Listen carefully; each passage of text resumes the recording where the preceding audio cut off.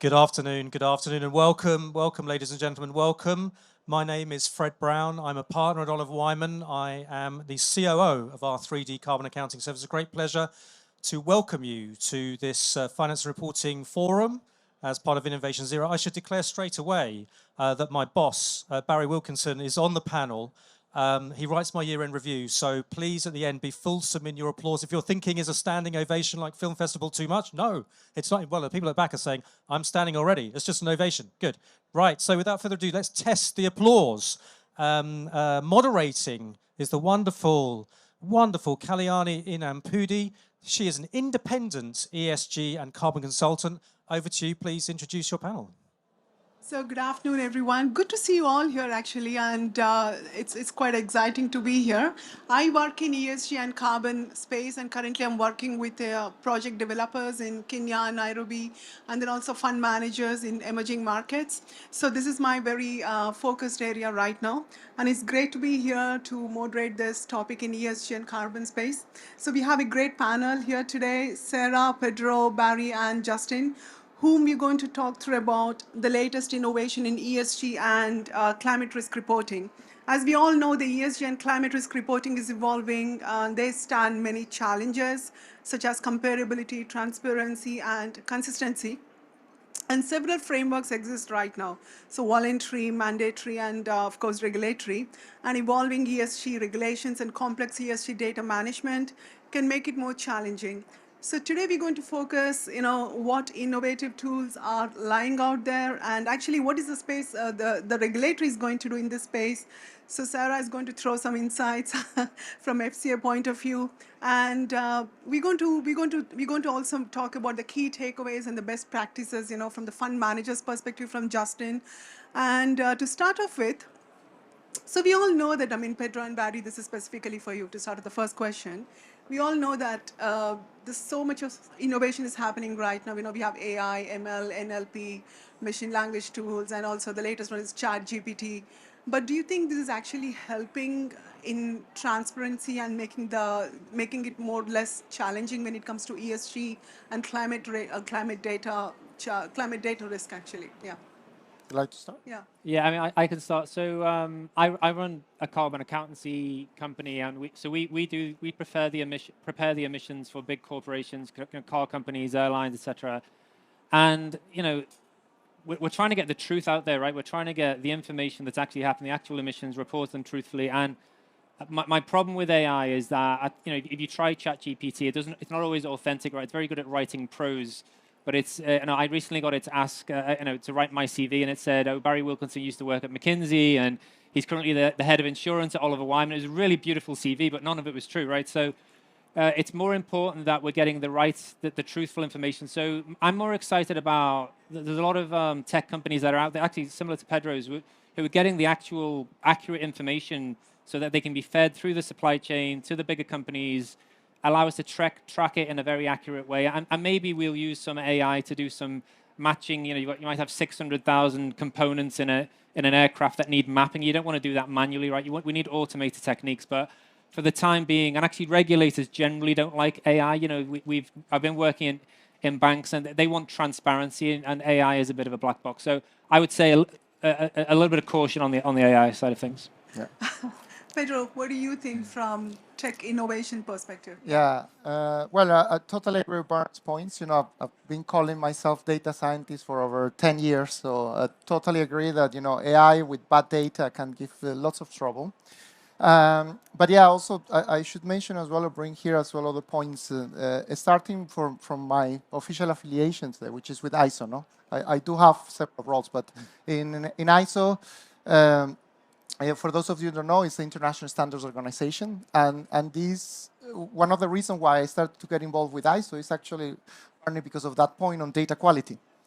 It all starts there, or actually having the same definitions. When we talk about, for example, something as broad that everybody talks here as net zero, do we have all the same definition of net zero? Well, thankfully, ISO released just these years, the net zero guidelines. You go and can check. It's already in several languages. And the idea is to bring that homogeneous consensus that everybody understands the same thing. So it's going back to that data quality point. And where is the role of technology? Well, technology, I can probably speak on the things that I'm heavily involved at the moment. For example, in ISO, I will be convening sessions in June. And one of the sessions is about, for example, the use of blockchain for carbon markets. So this is happening, and I know a lot of people may be afraid when they hear blockchain, remembering the things that happened last year with FTX, for example. But the organizations involved in the work that we are doing with ISO, it's organizations that everybody know, I'm sure, like the World Bank, for example. World Bank has been experimenting with blockchain and carbon markets for over the past 3 years. It's called the Climate Warehouse Project. And there we can also cite other organizations in the carbon space, like IETA, International Emissions Trading Organization, which, again, we are also collaborating with them to bring these type of innovations with the right standards, involving always regulators, and so on, to really make these things happen. Because we have seen the problems, obviously, over the past few years when, well, lack of standards, lack of regulations, lead to disasters. Definitely, thank you. So before we go to regulatory, Justin, from investment manager's perspective, where do you see, I mean, you are like in the middle, right? I mean, because you are the one who needs this most at the moment, the buy-side community. So what are your thoughts on this? Well, that's fine. Try again. Does it work? Okay, perfect. So as in, I think, sorry. It's just duplicating voice. So as investor perspective, this is, sorry. Just not on the mic, please.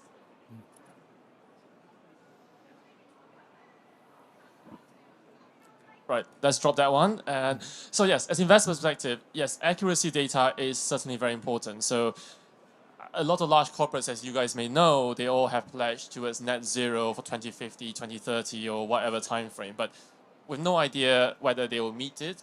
And their reporting wise, some of it are not assured and not even audited. So somebody could be doing carbon reporting or just under-reporting it.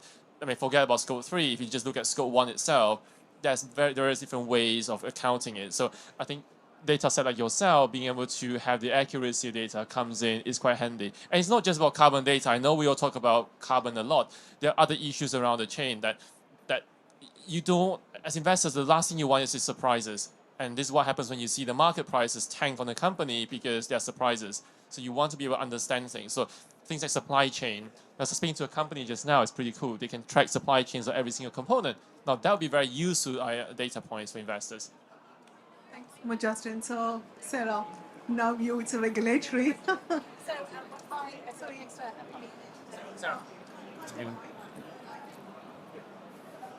I probably need to do the same and dispense with that. So I'm Sarah Woodruff. I manage the policy team at the FCA, the Financial Services Regulator. So for me, it's echoing what my panelists have said. This is all about good information, good disclosure, and that needs good data. That matters to markets. It helps capital allocation, and it helps asset pricing, and it helps us regulate. Key to us on our journey to net zero. I absolutely echo the challenges that you've posed. It's the quality of data that's needed. And also not just the quality of data, but the data gaps, the areas where there are data gaps that we need to fill. Filling those, getting the quality right, helps to increase transparency in the market, which is what we need, not just for markets, but for consumers as well. Thank you. So, Sarah, one extra question for you, actually. From regulatory point of view, is it actually helping or shaping to bring the more transparency in disclosures by implementing this innovation in these technologies? So I think absolutely. Transparency is absolutely key. It helps consumers navigate the market. We know that it's complicated out there at the moment. My team leads some very important work on sustainable disclosure requirements and investment labels. These are designed to signpost consumers to products and understand what the sustainability credential of funds do. It's important not just for consumers, but it's important for us as the UK, as a competitive market for asset management. So absolutely, Kelly. Transparency is absolutely what we need. Thank you for that, Sarah. So the next question, Pedro and Barry, again, this is targeting you. So I mean, obviously, there's a lot of confusion with these existing technologies. You know, it's evolving. We have a geospatial satellite as well when it comes to climate risk, and we have a blockchain within this carbon, and ongoing AI, ML, NLP within ESG side of the things. So, going forward, from your perspective, what technologies can play a prominent role in monitoring ESG and climate risk data? It depends upon supplier side. I mean, like if a supply chain emissions to scope 1, scope 2, scope 3, and it goes beyond geospatial, sometimes a satellite or both. I mean, do you think all of them will have the same kind of a role, or will that be like, I mean, it depends upon the sector to sector? And again, markets, different markets. Pedro, to start off with you. What do you see? Yeah. Yeah, good question. And well, I think one of the beauties of finance, is that and the challenges as well is that it really touches every sector. Doesn't matter what your area you work on, you always need financing to scale and so on. Especially now that we're going through all this huge transition. Will it affect all these sectors equally? No, I believe each one's sometimes have their own challenges. For example, in my startup, we're very focused only on transport, and not even all transport, only road. But some of the technologies really have effects across everything. And I think I'm sure everybody have heard about what is ChatGPT and how it's been used and how that actually can affect and can influence many sectors, here, especially around this area of streamlining or speeding. For example, now we're talking about all the amount of work that needs to be done to reporting, and analysis, and this is one of the things that you can do. You can feed in a long, 100 pages report to ChatGPT, and you get, a summary of not necessarily always that good. You need to do a lot of fine tuning on these models, but we are seeing how technology really can affect every step of the whole, ESG cycle, when it comes to financing, and again, also from the bottoms. So yeah, it really it can depend again in the specific sectors how it affects, but also it can be hugely broad across everything. Yeah. So I used to work in the banking sector for many years doing regulatory reporting, right? So the banks, if they stake their capital on a voluntary basis, they basically wouldn't hold any capital, right? They would just go bankrupt every few years. They get bailed out. So you need regulations to come in and say, no, you must hold this amount of capital to protect the taxpayers. And so we needed the regulation. Now, the regulations have come out, so particularly in the EU, there are very strict regulations now saying double materiality, you disclose the impact that the climate can have on your activities. So this is all the geospatial physical risk modeling of your factory sites, and are they going to get flooded? And then what is your impact on the climate, which is really about emissions measurement. So now, when we're developing, we're really trying to get the right information to the right people at the right time. And the technology that is available, there's lots of technology, and we choose the right technology for the right job. But I'm very suspicious of people who come along and saying, whatever your problem is, blockchain is the answer. Whatever your problem is, ChatGPT is the answer, right? I say, let's look at the requirements of the problem. Let's get data from here to this person, and often you'll use a SQL database. True. Looks like ChatGPT is an answer for everything right now. But now I'm convinced that is all. So Justin, where do you think from this point of view, I mean, when it comes to which technology provider they should be choosing, considering there are so many of them? Yeah. Well, ChatGPT is useful, but none of us could use it because compliance blocked it. So we definitely can't use it at all. So definitely out the window. Not because of compliance reason, but also you question the validity of it. I mean, think about it.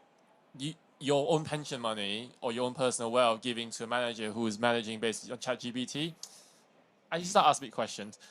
There's some stats being done, but I don't trust this. But so coming back to your question, I think there's no single technology that could actually say this is the one silver bullet to it. As investors, our job is to understand, is this company a good company to invest in, and what's the risk underneath that?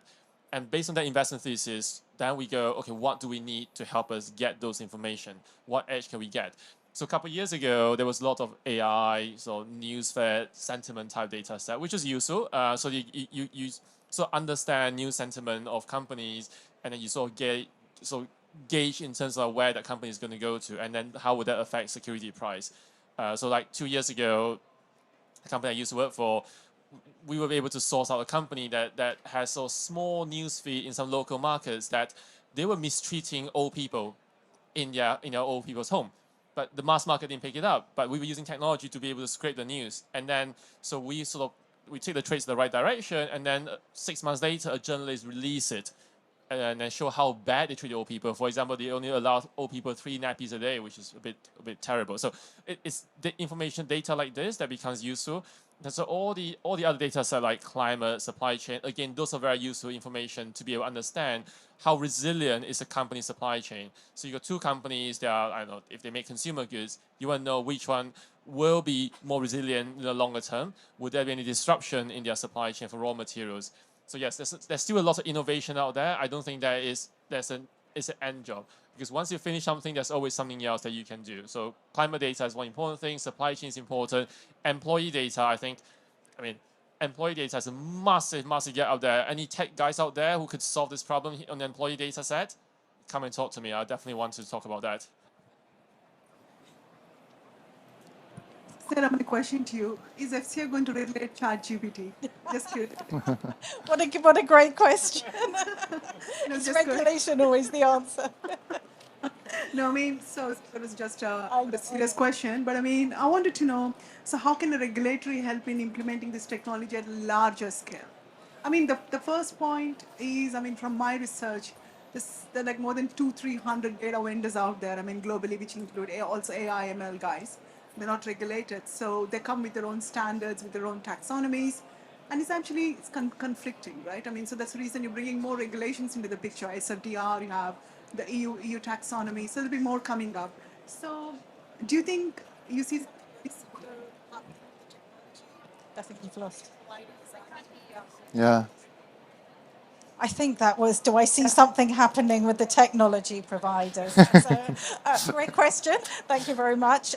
So I think I want to start by sort of going back a bit and saying that I think regulation can help innovation. I think it can help firms grow by putting solid foundations in place. And I think the FCA has an excellent track record in doing that with our sandbox. And I do need to plug our tech sprint on greenwashing in October.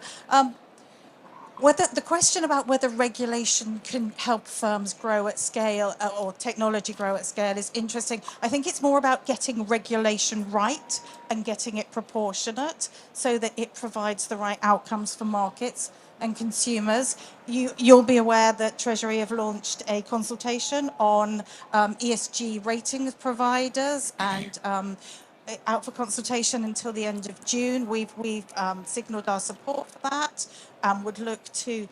We've indicated that if Treasury do extend our perimeter to bring those into regulation, the way we would look to regulate is proportionate based on global IOSCO principles.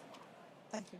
Yeah, so can I just pick up? So the link between regulation and innovation is very important for me. So, while everything was voluntary, you could basically, I think people are generally taking the positive stories. Let's look at all the good things we're doing internally and through our PR team, tell stories on billboards and whatever else, right, about the positive things we're doing.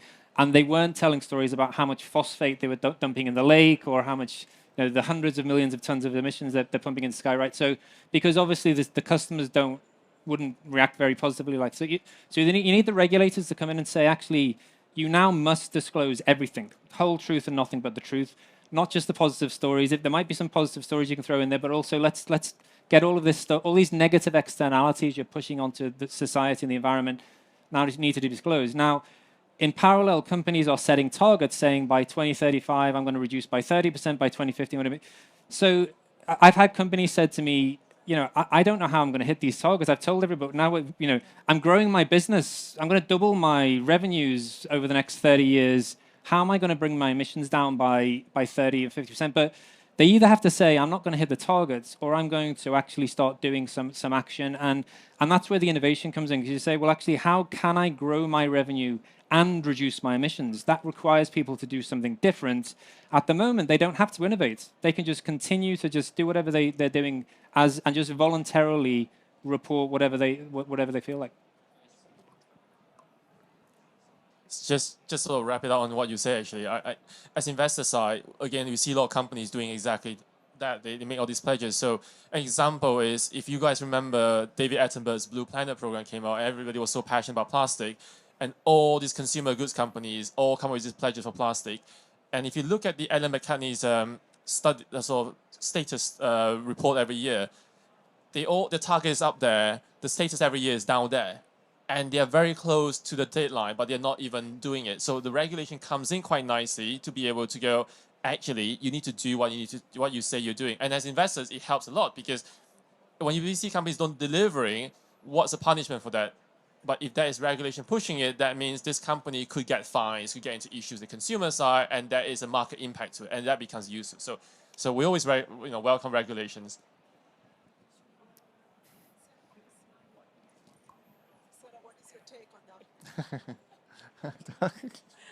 So that was, Sarah, what is your take on that? So absolutely, absolutely agree. I mean, it is all about the quality of information that's provided. It matters to markets, and we've seen firsthand that it really matters to consumers. The work that my team are doing with the anti-greenwashing rules that we're consulting to bring in, with the investment labels, is all designed to tackle that. It's a difficult world out there for consumers with a variety of ESG claims, and I completely agree. It's about trying to tackle that with good information, built on good data.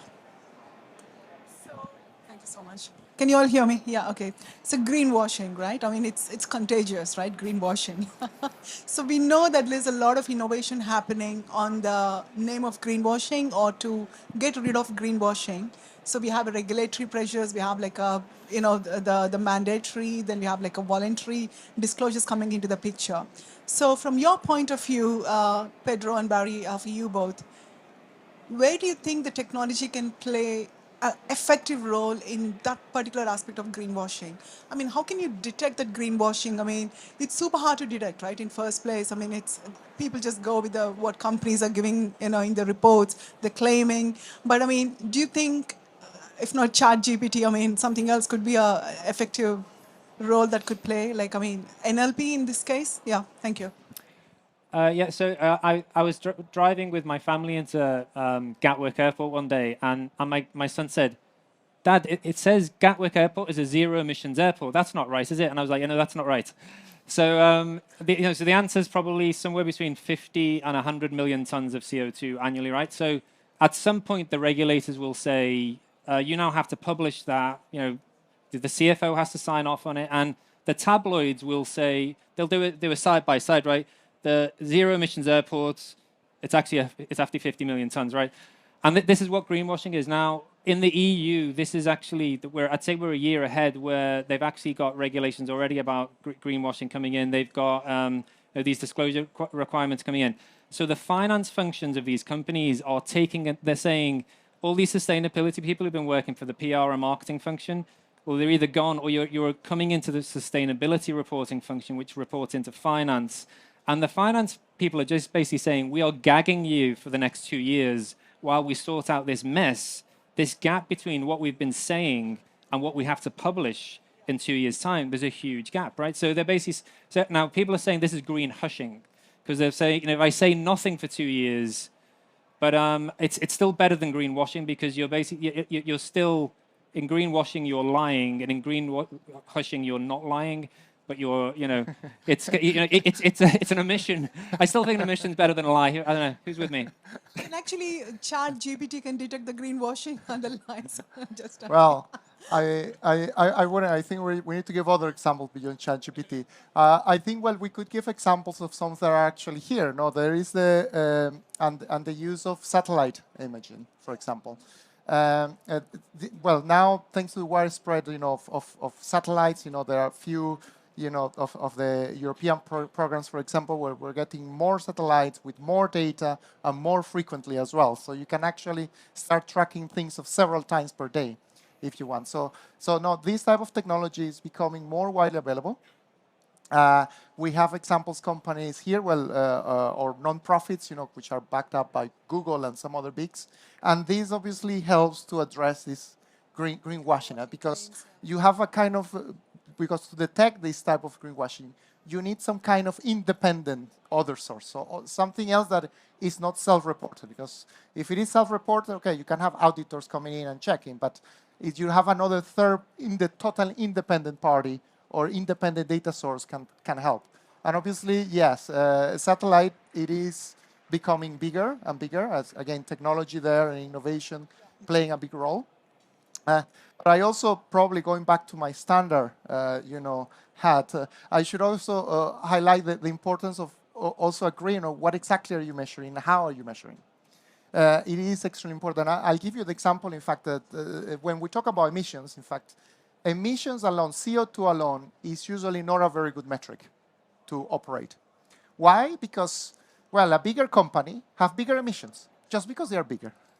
So in certain jurisdictions, like in China, they actually are not putting cap on total emissions, because especially if you want to grow the economy, you cannot put a cap sometimes. What you really are tracking is emissions intensity. What is emissions intensity? Well, emissions intensity is that CO2 divided by the economic activity. Okay, is that the economic activity transport or buildings or something else? Then you actually, divide it by the output of that economy, and you really get what is important: efficiency. You see, measuring and comparing efficiency is really what you're looking for here.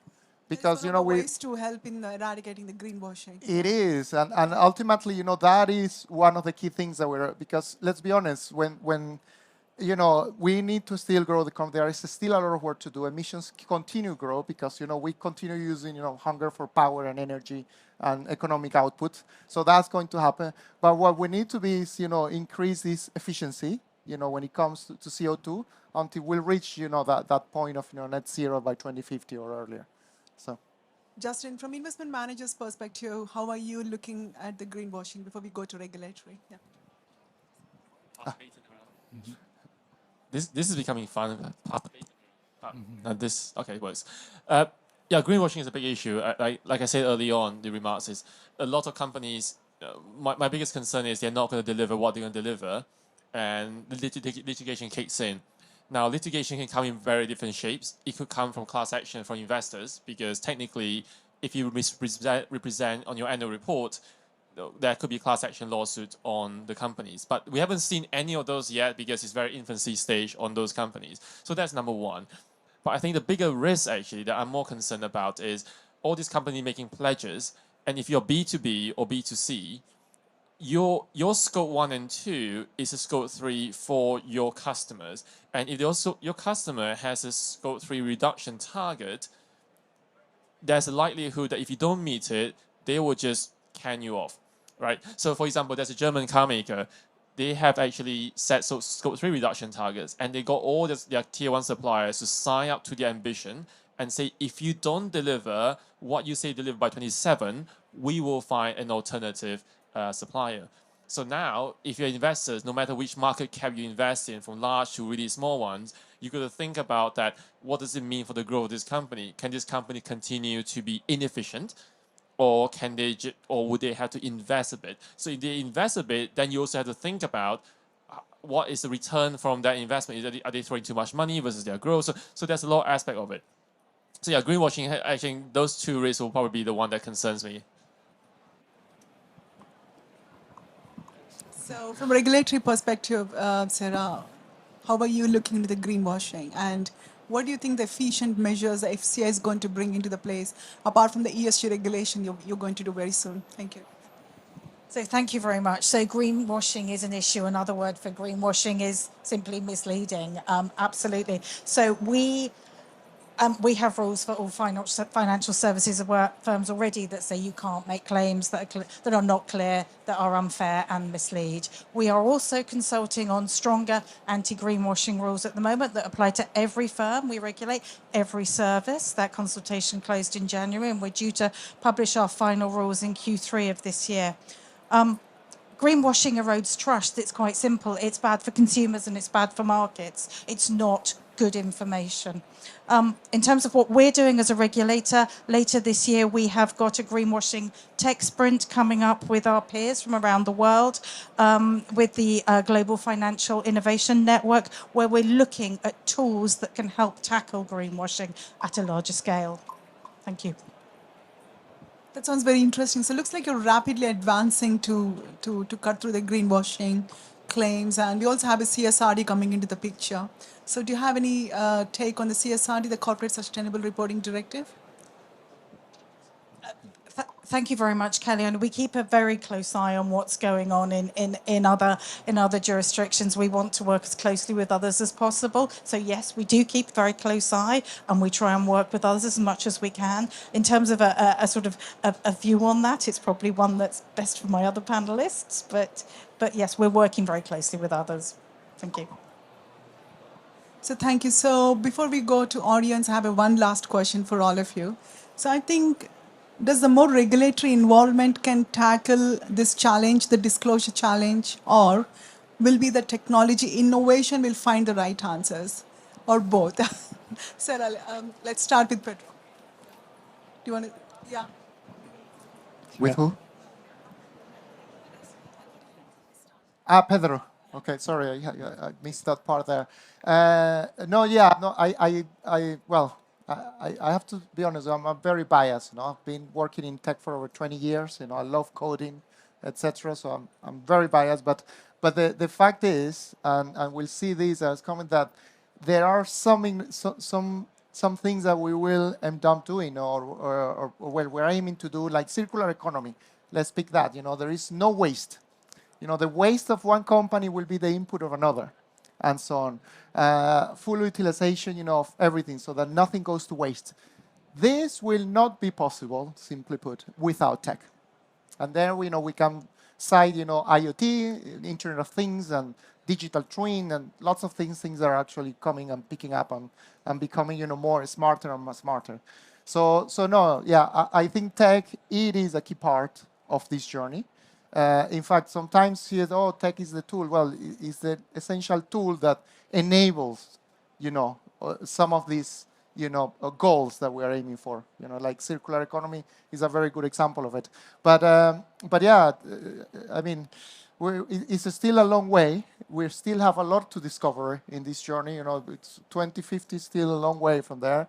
And now, as you know, we have set up those targets initially for emissions, which is net zero. But now, as someone working on a Star ESG, in the conversation I'm engaging with ISO, now a lot of the topics are about nature, about social aspects, about all of these. And to be honest, I'm not an expert on any of those.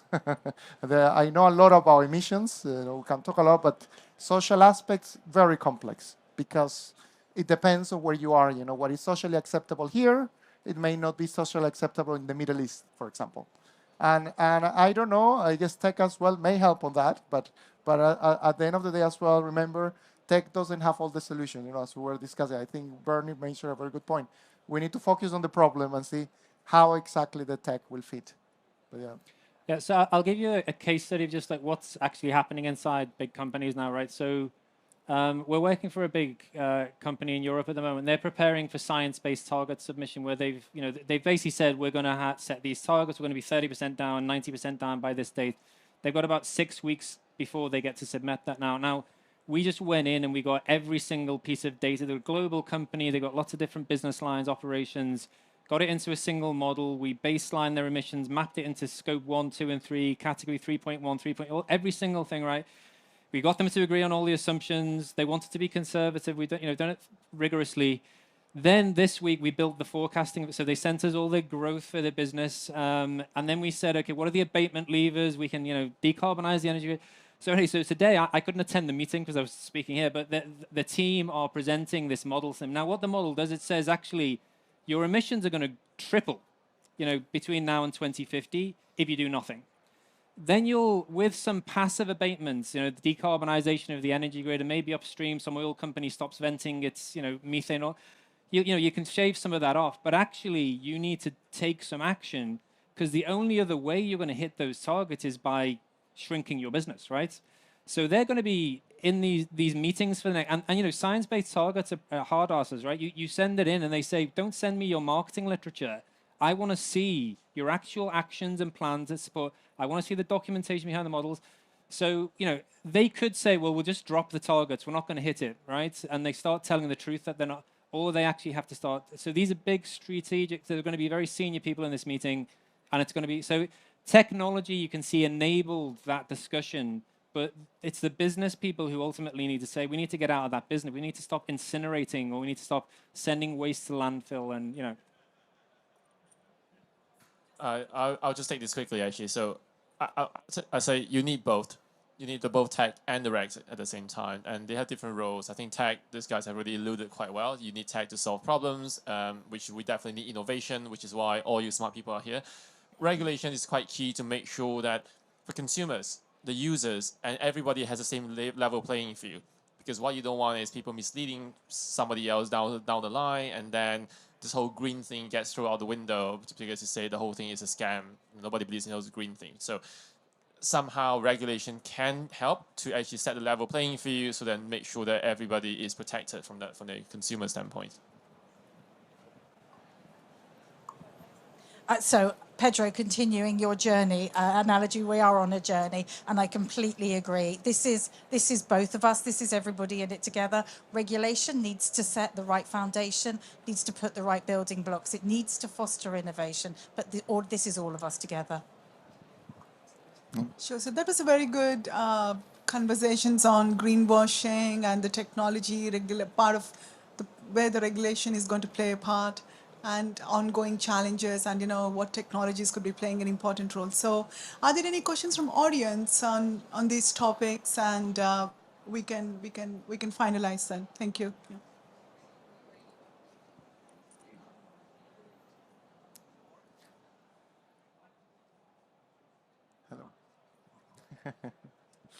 Hi, does it work? Yeah.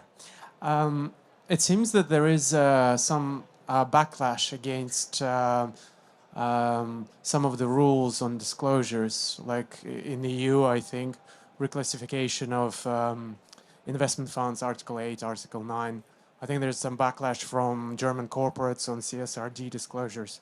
I was wondering what the panel, what risk probability you assign to these measures being diluted or even reversed, like I think we're hearing in the US among the Republicans, and what risks do we face from going completely away from net zero pledges, and especially disclosure, I guess, would fit into this.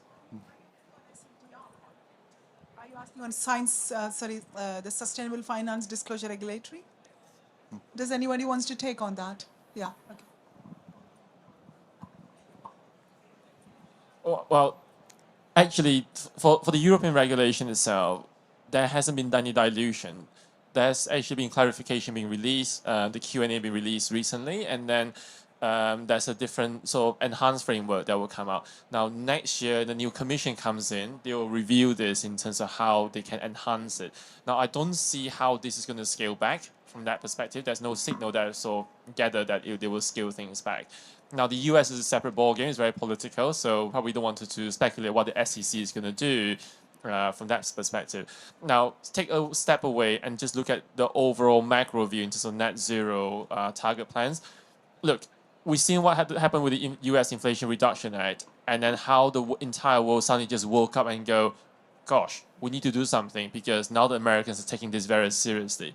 Now, the whole climate change or climate tech space or net zero space is a huge innovation. There's so much money that will go into it. It's job creations in the US. If you think about the US side, it's all about job creations. Why do they want everything onshore? Yes, on the political side, we don't want China to be making this, but in other words, we want to be climate tech leaders. So you can make batteries in the US and get the tax credit, and you can export the batteries. They are fine with that, as long as it's made in the US. Same goes, so EU has done something similar in return to the Net Zero Industrial Act from the EU side, and you start to see other countries like Korea start to also react to this. Every country starts to align themselves suddenly very quickly. So there's lots of money floating around into the job creation perspective. Yeah.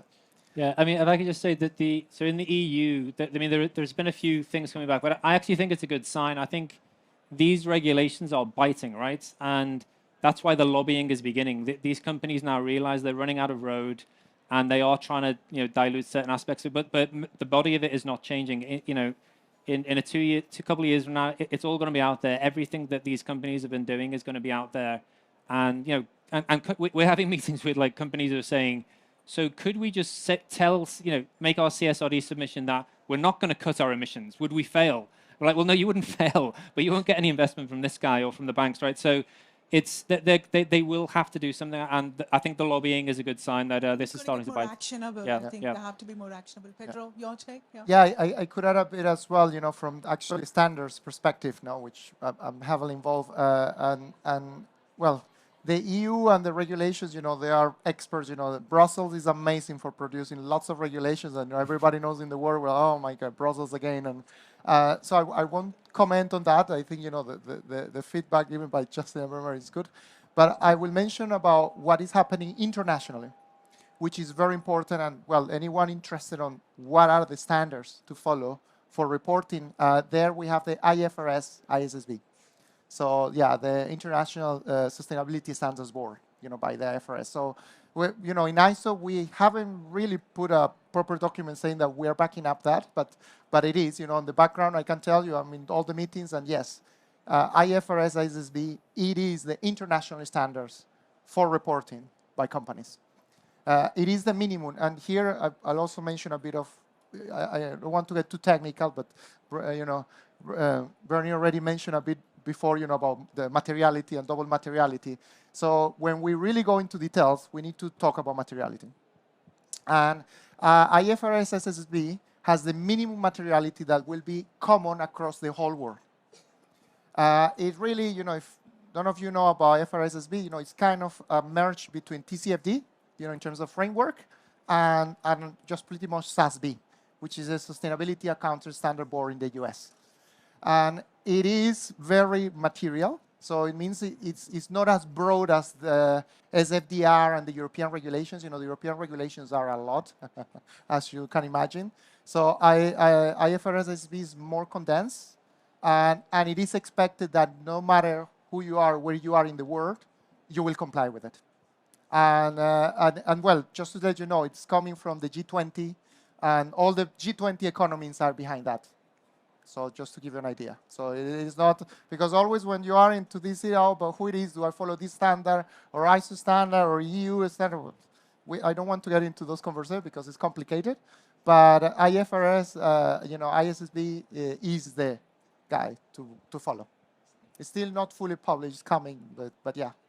It's, it's a journey. SFDR is also coming out with a level 2, the next level of standards. Just keep watching on that. So yeah, if you have any questions, let me know. I work on SFDR. So yeah.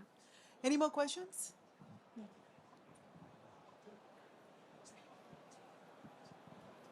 Oh, we've got time for one last quick question. If we get quick answers. Hi. Yeah. My question is specific to climate risk. Increasingly, there is a need by TCFD, etc., for companies to start reporting on near-term, mid-term, long-term risk. And there is it's not straightforward, especially if you have to think about impact of physical risk, transition risk. What are the tools out there? What are the ways in which companies can bridge this capability gap? Because it's far more complex than at least carbon accounting, as I see in different organizations. Yeah, well, I mean, we have so we're part of Marsh McLennan Company. So Marsh is a insurance broker which has one of the biggest actuarial capability in the world. So they've developed a lot of actuarial modeling, right, where you're saying where's the geolocation of your operations and factories and supply chains, visibility of supply chain, and then they overlay heat modeling or storms, floods, all that kind of stuff. So it's basically an actuarial modeling exercise. So yeah, we're from the consulting. We focus more on the transition planning and carbon accounting, but we have colleagues who do the physical risk modeling. But answer as well, I think it's an excellent question, and it shows how at the beginning of the journey we are now, that's why we're sometimes focused about reporting. We need to know where we are. You cannot manage anything if you don't, measure it. But the next one is, okay, how do we plan and how we, and it is extremely complex. If I can do there a bit of sales pitch from my own company. We are building and developing stuff for specifically road transport. And in road transport, how are you scenario planning, investment, Justin mentioned IRA, how tax breaks can help you make one project suddenly profitable versus, not having that. But you see, trying to have this for the whole economy is too much. And this is sometimes a bit of the problem, in finance, obviously, as you know, when you are talking about with an asset manager, I guess, Justin can talk more about when you are considering so many asset classes, I don't want to imagine it's extremely complex and probably still a lot of research on that going on. But when you're focused on a very specific sector, very specific jurisdiction, there is a lot you can do and a lot you can plan. But it's still very early still, a lot of it.